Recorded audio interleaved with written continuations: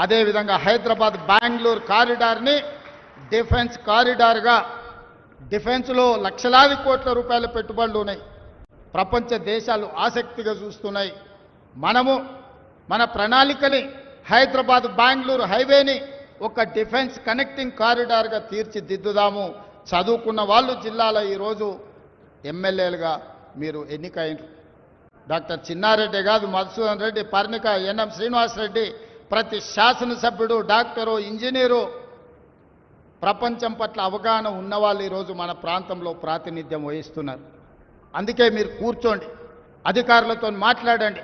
నేను అధికారులకు ముఖ్యంగా కలెక్టర్లకు సూచన చేస్తున్నా, పరిశ్రమలు పెట్టాలంటే భూమి కావాలి.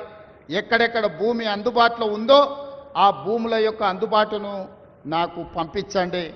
ఏ పరిశ్రమ వచ్చినా మొట్టమొదట పాలమూరు జిల్లాలోనే పెట్టేటందుకు నేను వాటిని పంపిస్తాను. కుర్చీలో కూర్చున్నది మీ వాడు, మీ సోదరుడు. ఏ వచ్చినా మొదటి ముద్ద పాలమూరు జిల్లాకే పెడతాను. ఇది నా బాధ్యత, నా నైతిక ధర్మము. అది చిన్నదా పెద్దదా కాదు, ఏదైనా మొదటి ముద్ద పాలమూరు బిడ్డలకు పెట్టాల్సిన బాధ్యత నా మీద ఉన్నది.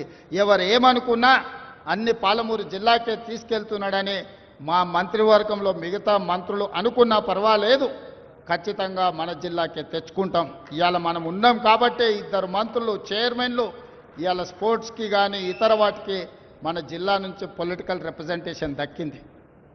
అందుకే మిత్రులారా, ఈ మంచి అవకాశాన్ని సద్వినియోగం చేసుకుందాం.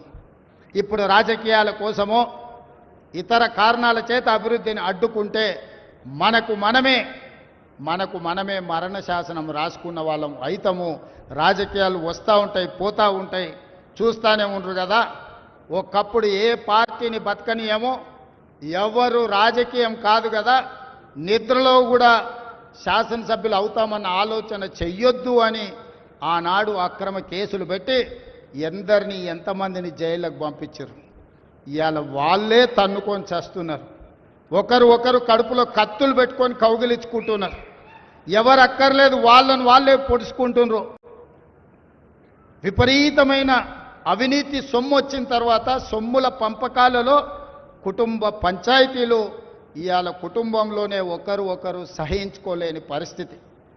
ఒకరి మీద ఒకరు యాసిడ్ దాడులు చేసుకోవాలని ఒకరిని ఇంకొకరు నవ్వుతూనే కడుపులో కత్తులు పెట్టుకొని కౌగిలించుకునే పరిస్థితులు ఈ రాష్ట్రంలో దాపురించినాయి.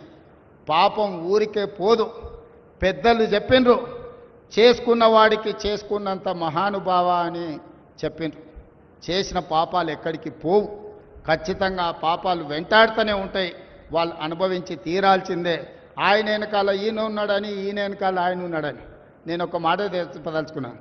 అంత చెత్తగాళ్ళ వెనకాల నేనెందుకు ఉంటానయా? నేను నాయకుడిని ఉంటే ముందుంటా, మా వాళ్ళకు తోడుకుంటా.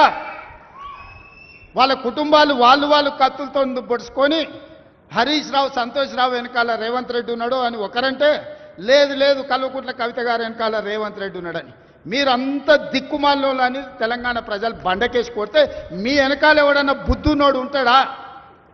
అన్నం తినవాడెవడన్నా మీతోని ఉంటాడా?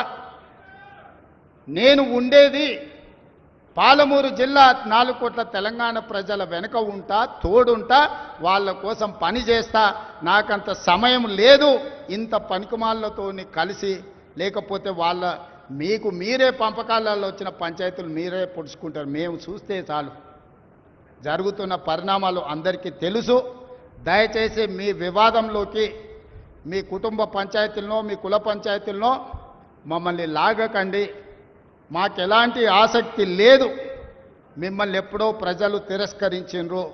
మీరు కాలం చెల్లిన 1000 రూపాయల నోటు లాంటి వాళ్ళు. కాలగర్భంలో కలిసిపోతుంది ఆ పార్టీ.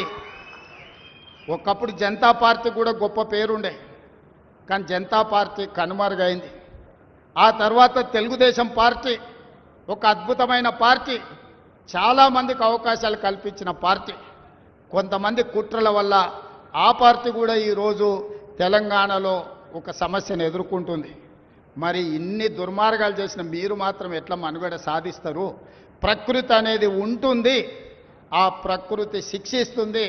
అందులో మనకి ఎవరికి ఏమాత్రం ప్రమేయం లేదు. రాజకీయాల వైపు చూడకండి మిత్రులారా.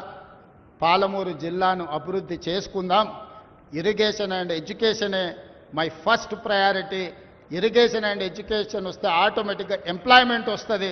ఎంప్లాయ్మెంట్ వస్తే మనమే ఆదర్శంగా నిలబడతామని తెలియజేస్తూ మీ అందరి దగ్గర సెలవు తీసుకుంటున్న ధన్యవాదాలు మిత్రులారా.